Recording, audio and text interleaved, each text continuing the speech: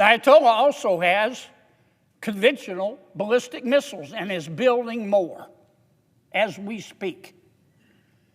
Now, those missiles can't reach America yet, but they're working on one, and they can sure reach our military bases in the Middle East.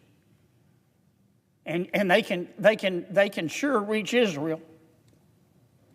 Yes, sir. Today on Capitol Lens TV, the Senate Judiciary Committee heats up as Senator John Kennedy of Louisiana grills. Stay tuned as we break down the fiery moments, the probing questions, and the reactions that have everyone talking.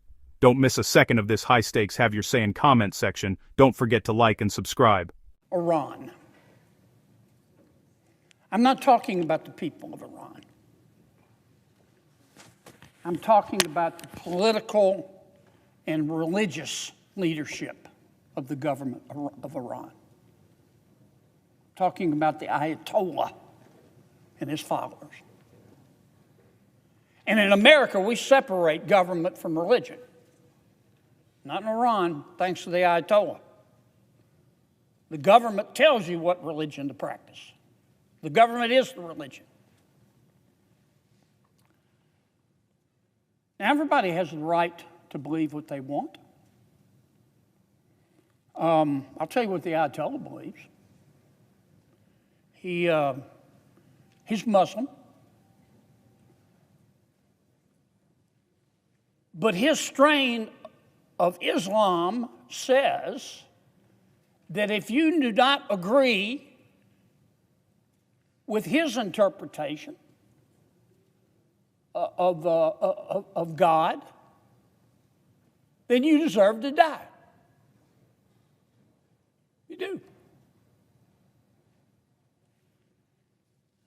And he acts on that belief. Now, let me say again, the Ayatollah is entitled to believe what he wants. I was raised a Presbyterian. My parents founded 2 Presbyterian churches.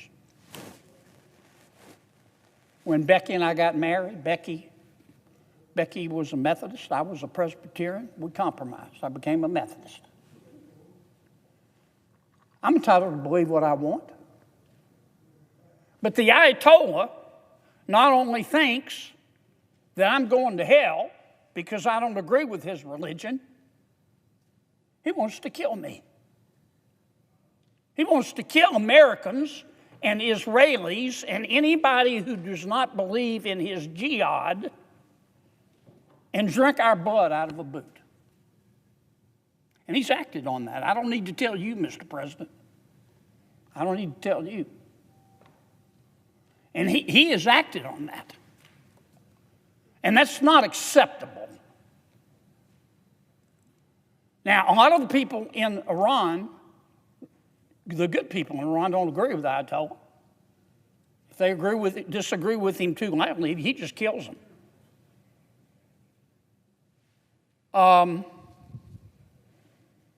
Now the Ayatollah, it's actually been the case for the last, 10, 15, 20 years. The Ayatollah has decided he wants a nuclear war yet. Why should we care? You know, I hear from some of my fellow Americans all the time, why do we need to be involved in Iran? Why should we care? Well, number one, we're not trying to start a war in Iran. The president is trying to end a war in Iran. If the Ayatollah gets a nuclear weapon, he will use it.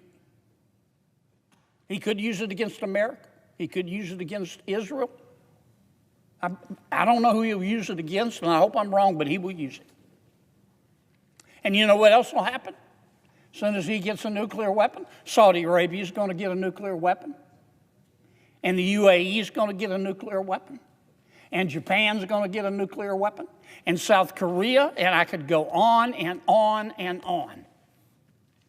And the more nuclear weapons you have in the world, the more likely you are to have a nuclear war. But that's not the only thing the Ayatollah has done since he became the Ayatollah. He exports terrorism.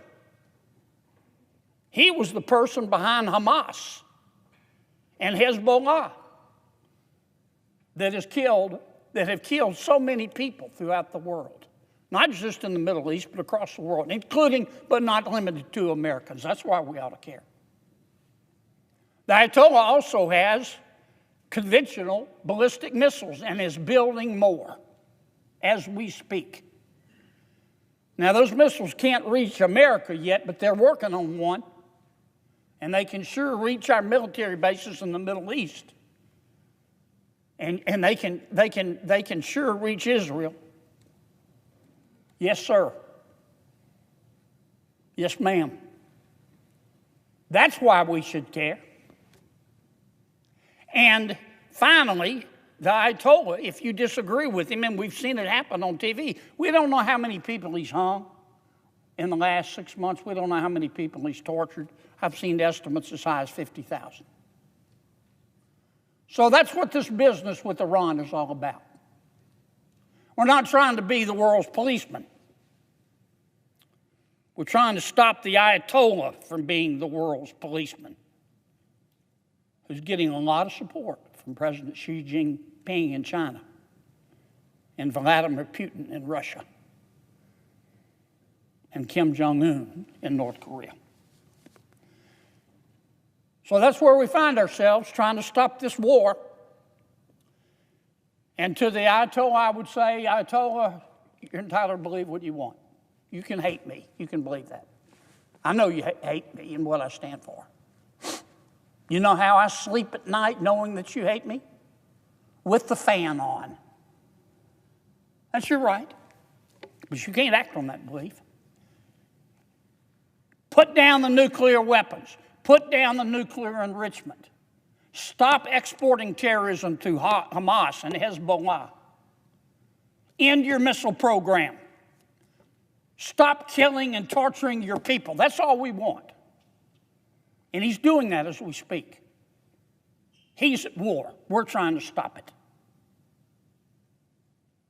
I'm not about to give the president any advice. He has intelligence that I don't have. And I respect the fact that he's being very, very, very deliberate and careful in making a decision. If we make a deal with Iran, let's make sure we have a protocol to enforce it. Because my experience in watching the Ayatollah through the years, I wouldn't trust this man if he was 3 days dead. I wouldn't trust him if he was 3 days dead. Anybody whose religion tells them that in order to be saved, they've got to go kill hundreds of millions of people, you can believe it if you want. But as far as I'm concerned, it's time to get a new religion. And that's what we're doing in Iran. Let me say it again. We're not trying to start a war. This war began a long time ago.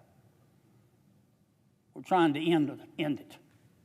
Our president presiding today knows exactly what I talked about. He served honorably, at great physical, mental, and emotional expense in the Middle East.